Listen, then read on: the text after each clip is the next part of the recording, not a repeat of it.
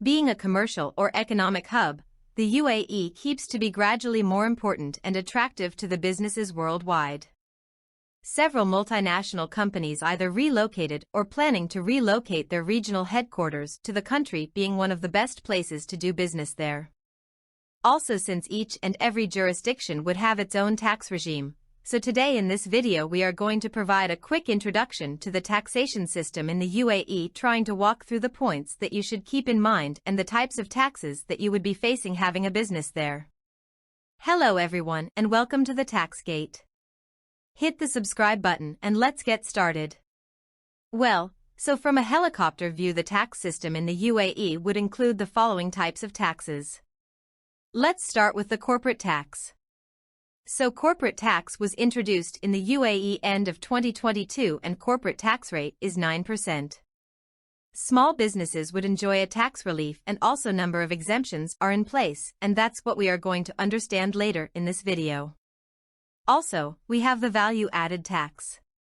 And VAT was introduced in the UAE in 2018, which would apply on the supply of goods and services, including the imported goods and services as well, unless there is specifically exemption in place under the VAT law. Good. So moving further, here we have also excise tax. And excise tax was introduced in the UAE in 2017, which is a form of indirect tax imposed on specific goods that would be qualified either harmful to human health and the environment or luxurious goods as well. Good. So those are the main types of taxes we would have which would materially have an impact on the business. However, some other taxes are in place, such as the following. Personal tax, which would apply on the UAE nationals, as we are going to understand later in our video. Also, property tax, which would apply on the rental value of properties. Another type here, which is property transfer fees, which would apply on the transfer of the property ownership. Also, hotel tax and tourism charges, which would apply on certain tourist and hotel services and activities. And finally, custom duties. Good, so now let's dive a bit deeper into each tax type, and let's start with the corporate tax.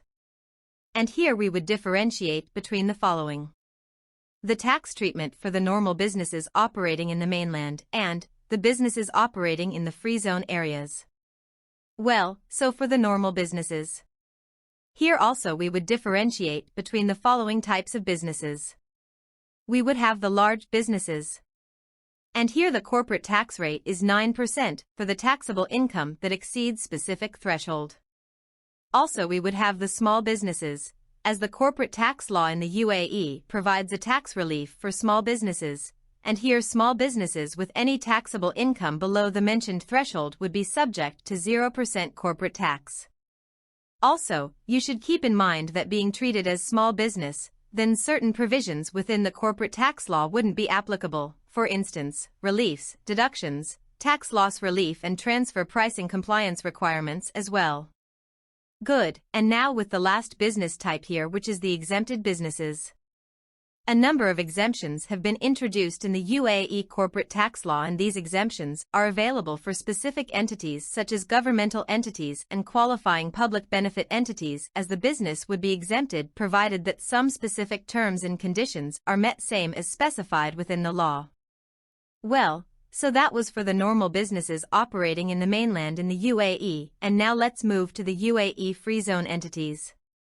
UAE free zone entities would be subject to 0% corporate tax on their qualifying income provided that all needed terms and conditions are met.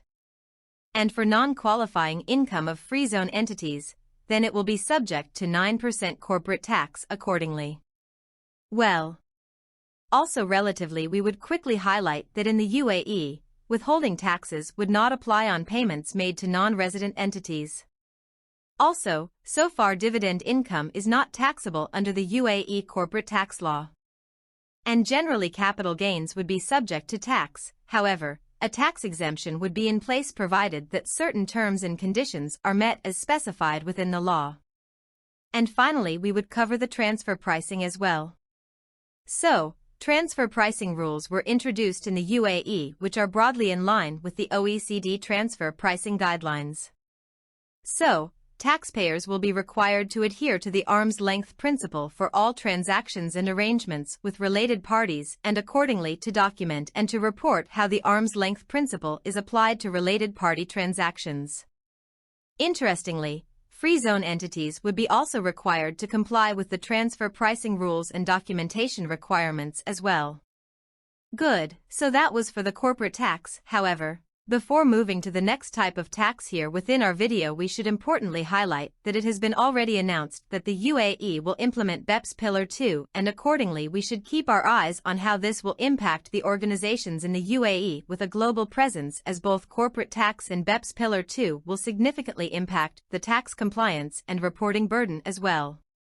It is recommended to watch our previous video, which provides a quick introduction to BEPS Pillar 2 and how it works, as it would help you to understand how this will impact the multinational organizations operating in the UAE accordingly. Good. Now let's move to the VAT system in the UAE. And here once again we should differentiate between the following: VAT treatment for normal businesses operating in the mainland and VAT treatment for designated zones.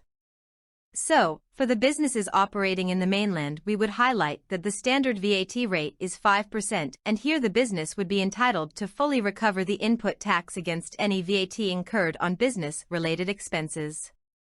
Good. Also, we would have a number of supplies that would be fully exempted from VAT, and here we should keep in mind that the business in that case wouldn't be entitled to recover the input VAT related to any incurred expenses, as such would be recorded as cost within the company's books. Also, under the UAE VAT law, there are a number of goods and services that are subject to zero VAT rate, and here despite the fact that the VAT is applied at 0%, the supply is still treated as a taxable item. And this is for input VAT refundability purposes, as the business might be entitled to recover the VAT on the related incurred expenses, provided that certain terms and conditions are met. Well, so that for the normal businesses, and now let's move to the businesses operating under the designated zones umbrella. A designated zone is a VAT-free zone as specified in the UAE law, which should meet certain terms and conditions, and here designated zones are considered to be outside the UAE for VAT treatment purposes. Also, despite the fact that it is treated as outside the UAE, still not all supplies would be VAT-free, as some supplies would still attract the 5% VAT. Good, so with this, we would say that we walked briefly through both corporate tax and value-added tax, and now let's move to the next item within our video, which is excise tax. So, excise tax was introduced in the UAE in 2017, and it is a form of indirect tax imposed on some specific goods such as alcoholic and tobacco products that are deemed to be either harmful to human health and the environment, or the luxuries products as well. Well, so that was the excise tax treatment for normal businesses operating in the mainland, and similar to corporate tax and VAT, we would have a different tax treatment for the designated zones, as the excise goods stored, preserved, or processed in the designated zone or also transferred between a designated zones will be treated as suspended, which means that the tax wouldn't be due until the goods are imported into the local market. Good. So, with this we would say that we have slightly covered the main types of taxes in the UAE, and now let's do the same for the remaining types of taxes. Let's start with the personal taxes. And here we would highlight that currently there is no personal income tax law enforced in the UAE. Only employees being qualified as UAE nationals are required to pay social insurance contributions. So, there are no tax or social security payments for private sector employees. Well, so moving to the next item here, which is municipal or property tax. UAE Emirates would impose tax on properties, and generally the mentioned tax is calculated based on the annual rental value being used as a reference. It would be the tenant obligation to pay the tax liability. However, in some cases, the tax liability would be payable by both tenants and property owners as well. And finally, we would highlight that these fees would be imposed and administered differently by each emirate. The next item here would be the property transfer fees. The real estate transfer tax, and also would be referred as the registration fees, which is imposed on the transfer of the ownership of real estate in the UAE. Also, registration fees might be applied on transfer of the ownership of lands or properties as well. The rate of the property transfer fees would vary between emirates, so also these fees would be imposed and administered differently by each emirate. Good. Now let's move to hotel tax and tourism charges. UAE Emirates would impose a hotel tax being applied on the value of hotel services. Also, a tourist fees or charges would be applied against the practice of some specific tourist and entertainment activities, and once again these fees would be imposed and administered differently by each emirate. Good. So now with the last item here in this video, which is customs duties. Well, GCC member states apply a common customs law and a unified customs tariffs. The standard customs duty rate is 5% except for certain specific goods. The customs duty rate would be higher for goods such as tobacco and alcoholic products. For the UAE free zones, they are areas within the territory of the UAE, however, they are considered outside the scope of the customs territory, and accordingly goods imported into a UAE free zone are not subject to customs duty. Great. That was a quick introduction to the taxation system in the UAE, so like and subscribe if you would like to see more videos, and thanks for watching TaxGate.